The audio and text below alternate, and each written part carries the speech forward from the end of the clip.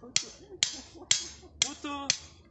Гледаш отгоре и Туто. Здравейте, приятели, виждате как работим дружно, съвместно, читалище Бъдник, съмишленици, Пепката, удари си ръката, Роналдо. Изграждаме шатрите за бъдещото съвместно сътрудничество с читалище Бъдник, град Радомир, Съюза на инвалидите и Витака, Перник. Изграждаме социално предприятие, антикварно село, така нареченото антикварно село Витака, Перник. Всичко се прави с доброволен труд. Хора от Кюстендил, наши съмишленици. Да. Само ще трябва да е така.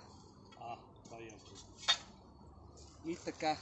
Всеки, който иска да помогне, тук ще помагаме на хора от уязвимите групи. Всички средства, които се генерират, ще бъдат влагани в полезни дейности, свързани с култура и социални такива.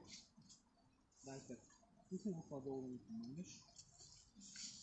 Така че, хора, организирайте се сами, за да правим полезни неща. Не е нужно да чакаме на държавата.